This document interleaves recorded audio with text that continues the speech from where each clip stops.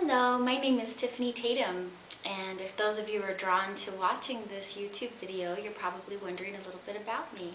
I know I have two other YouTube videos that are out there, but they don't explain anything about what I do. They just have these cosmic sounds coming from them, and most people have to go to my website to kind of figure out who the heck is this woman. So I thought it might be nice to really allow you to get to know a little bit about me and how these sounds came about. I'm filming today from Sedona, Arizona, which is where I reside and where I have my beautiful temple. This is the Temple of the God Essence. And behind me I am working with the goddesses. And one of the main goddesses that I love to work with is Mary Magdalene. And she stands behind me.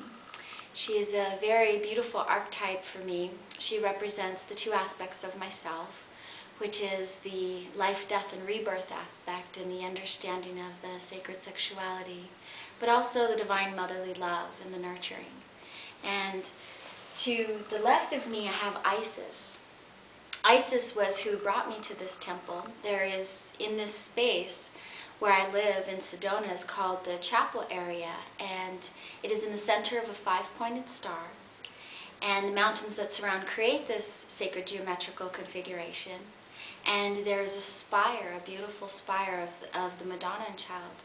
And one of the original Madonna and Child images was that of Horus and Isis. And so this was very much a space that I was brought to very synchronistically.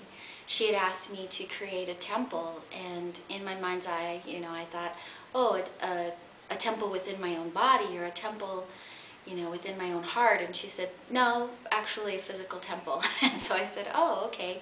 And she brought me directly to this house, and it is in alignment with this spire, one of the natural configurations of the Madonna. It also has the butterfly maiden Conchina, and then Yemaya surrounds us, Eagle Rock. There is also in front of me Cathedral Rock, which represents the King and the Queen, or what I like to call the Magdalene and the Christ, the balance of the two aspects of the male and female. And so from this space, my home, my temple, where I believe all is sacred, I'd like to invite you into the sanctity of my own heart and to share with you my story. And my story first begins about 5 years ago, where I was living in Las Vegas, Nevada. And it was an interesting dynamic for me because I was born in Las Cruces, New Mexico, and I had lived there my whole life. I really went through a lot of the archetype of the Magdalene. It was Las Cruces, New Mexico, so it was the setting stage of the town, the icons, or the symbology of the three crosses, the scene of the crucifixion, was very much embedded within my brain. And it was very often that there would appear these Madonnas or these Virgens or different things. And so my whole life I was very fascinated with the Divine Mother. I would go look at the Virgen in a tortilla, or if it was up on a wall or something like that, and I knew that someday there was such a deep connection with that aspect, but I knew that there was more outside my Catholic beliefs. And so I wanted to stretch and I wanted to grow, and I was very ambitious. And so I allowed myself to leave there and move to Las Vegas. And little did I know that Las Vegas, Nevada was actually, has an etheric temple over it. And there I was really able to learn how to connect with my intuition, to work with the Scorpio energies, because it's a Scorpio state in a Scorpio city. And it was there that I woke up. And I started to recognize that my life was not happy, that I had everything that I thought my 3D world wanted or needed. I had the car, I had the children, I had the husband, I had the house, I had the job, the career, and I was a nail technician at the time. And when I woke up, it was due to the jewelry. I started to hand make jewelry, and when I held the crystals, they became alive in my hands, and they would start to speak to me, and they would start to give wisdom and pass on this wisdom.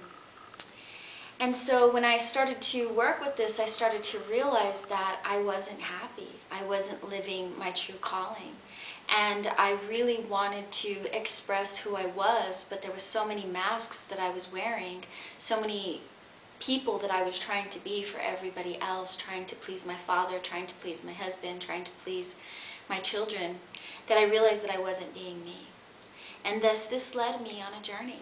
It led me on a journey to sacred sites all over the world, to meeting master teachers and healers, shamans, lamas. And this adventure began by a simple visit to Sedona. Accidentally, I was going to the Tucson Gem and Mineral, and I was passing through Sedona, and the red rocks never let me go after that.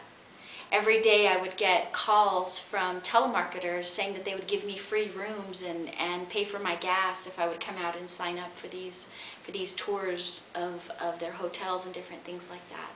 And so as synchronicity would have it, I started coming here once a month. And one thing led to another, and I was given the guidance that I was to awaken into my gifts.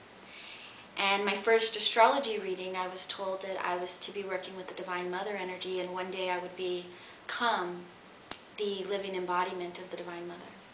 And at the time, being so green, I didn't really understand what this meant, and I thought, oh wow, that's a big job, and you know, how is it that I could ever possibly accomplish this? But inside of my heart, I knew that there was something that was so deep and such a confirmation of knowingness that this was my soul's calling, was to be the embodiment of the goddess.